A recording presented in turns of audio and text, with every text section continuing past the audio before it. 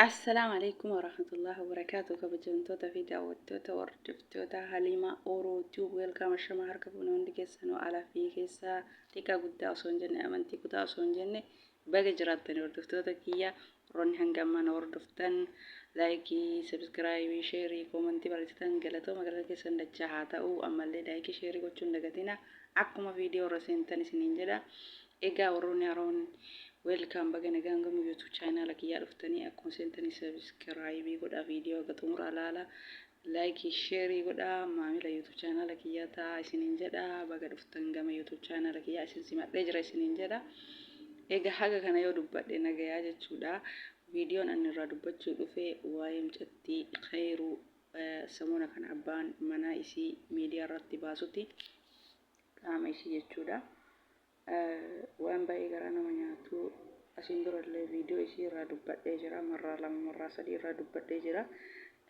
amma waa'ee qaama ishiitii miti kan dubbachuu dhufe waa'ee jajjabina ishiiti yaa maashaa Allah tabaarakallah maashaa Allah rabbiin ilma ishii kana ishii guddisee fi ishillee obsaa fi jajjabina ishii kenne ilma ishii kana guddisee rabbiin galmaan haa ga'uu fi ilma dadhabbii haadha ofii cinqii haadha ofii kana hubatee boru gammachiisu rabbi ishii haa taasisu ilma haafizul qur'aaniin ilma boru ishiin rahaa itti argatu ilma boru ishii miti alama addunyaan itti gammadu rabbi haa taasisuu fi alhamdulillah ala kulli hal rabbiin yoo abbaa manaatiin nama mokkoree ilmaan nama gammachiisaa jechuudha rabbiin ilma boru aara galfii boru ifaajee haadha isaa kana akkana isa guddiste kana beekee boru ishii gammachiise himimmaan har isiin bootte kana boru himimmaan gammachuu ka boottu rabbiin haa taasisuuf jechuudha.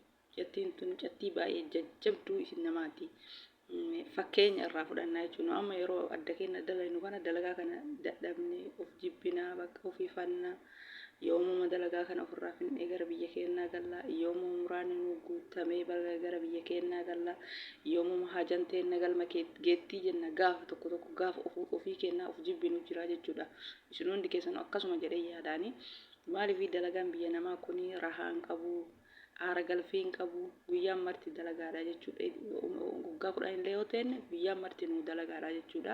Guyyama takka namni ati har'a dalaydee hoggaa haganaa dalaydee meera haa fudhu namni siin jedhu hin jiru jechuudha. Yoo yeroo jarri manaa gadi baate dalagaa kee ofirraa xumurtee yoo xiqqoo rahaa fudhatte malee ol dachaan isaan mana keessa teennan xiqqaa guddaan kottee lafa si hanqisa jechuudha. Akkasitti jiraannaa jechuudha jireenya biyya arabaa kana. Ishiin sanarrattuu daa'ima kana guddifataa daa'ima kana duwida baata gibbii dhiqaa wanni maan ishiin hojjenne hin jiru kun viidiyoo waraabdii ba maashaallah wallahi dubartii jajjabduudha dubartii jabduudha jattiin tuni maaliif fakkeenya irraa fudhan ishiin daa'ima kana wajji akkana dalayde noo ka daa'ima harkaa hin qabne san caala jabaatu qabna ishiin jette akka fakkeenya irraa fudhattaniif akka fakkeenya irraa barattaniif wallahi abbuleettii tiyya jabaadhu ati dubartii baay'ee goobaziidha dubartii baay'ee cimtuudha dubartii namni kamuu fakkeenya irraa fudhatuudha abshir homaa miti jabaadhu malee akkuma dura jabaatte sanitti jabaadhu namni marti du'aa ishii godha namni marti waa'ee makaan kee namni hin boonnes hin jiru namni sillee hin rifannes hin jiru namni sillee hin yaadne hin jiru waasii godhu dadhabanii malee akkasii kanaafuu jabaadhu abshir haamilee sin cabinii ati dubartii gaariidha dubartii jabduudha. Waan fedhellee abbaan fedhe waan fedhe siin jedhu abbaan fedhe waan fedhellee si godhuuf hin ta'u namni waa si godhu hin jiru rabbiin malee kanaafi jabaadhu kun azaanni illee bahee jira Allahu akbar rabbi muraada keessii haa guutu rabbi of si haa fuudhu rabbi rakkoo tana jalaa si haa baasu rabbi giddii qabaa duniyaa ati daa'ima wajjin biyya namatti gubattu kana sitti kenne abbaa ofii laaffisee sitti badhaase gara biyyallee si haa galchuu cinqii kana jalaa si haa baasu. Ofii keenya nuhu akkanatti osoo daa'ima harkaan qabne ofii keenya iyyuu dadhabnee akkasitti dalaynaa jechuudha. Ati daa'ima kana wajji baattee ho'a akkanatti dhaabbiin dhorkan yeroo ammaa kana daran dabalee jira suudii keessatti jechuudha. Ho'a akka baranaa argeen beeku ani dhimma ho'a akka baranaa kun immoo addumayyuu jechuudha. Daa'ima kan kee wajji rabbi fayyaa si haa kennu umrii si haa dheeressu muraada kan kee yaada kan kee rabbiin siif haa guutu abshirii. Namni rakkoon agarre hin jiru ka hin agarre jedhullee kijiba jiru addunyaa tana gubbarratti namni cinqii fi rakkoon agarre jiru cinqii fi rakkoo arginaan namni martuu biyyarraa bahe malee osoo itti tamacha'e namni martuu biyyaan bahuu jechuudha. Kanaaf sibichaa miti abshirii namoonni akka kiyya rakkattan jirtu namoonni akka kiyya cinqamtan jirtu hin dhabamu. Assalamu alaikum jolle Kenya. Tokkoffaa warroota dhalaadha. Warroota jaarsi keessan isin gatee isin biratan. Ilmoo wajjin tahe kophaa keessan tahe hin gaddina hin yaadina. Waqqaraa dalagadha.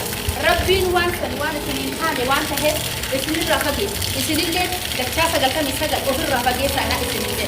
Isin galee dhiira dhalaa kaleessa wal bareedu jijjiiru. Dhiira gidee namni kee qannatu ati dammoo rakkatu taate si gatee si bira deemu. Abadan Rabbiin waan badaa sirraa fageesse. Inni san sin ta'uuf sirraa fageesse. Ati sofirraa fageesse natti hin jedhe nama. Dhalaa jechuun dahaaba. Dhalaa jechuun haadha nama hundaati. Obsituudha. Meekurii hin argamu. Obsaa dalagaa. Waqqara galma yaaddanni keessa. Anti ka ilmoo qabdis ka ilmoo qabne jabaadhu dalagadhu natti hin jedhe. Aanaa kana faalaadha obsa godhadha. Jabaadha dalagadha bakka yaaddanni keessa. Sila keessaan dhufee dhiifama aanan balleessi sin jedhee dhiifama isaan taqabbalin. San borullee sin ta'u waan ta'eef na aman. Inna jabaadha dalagadha.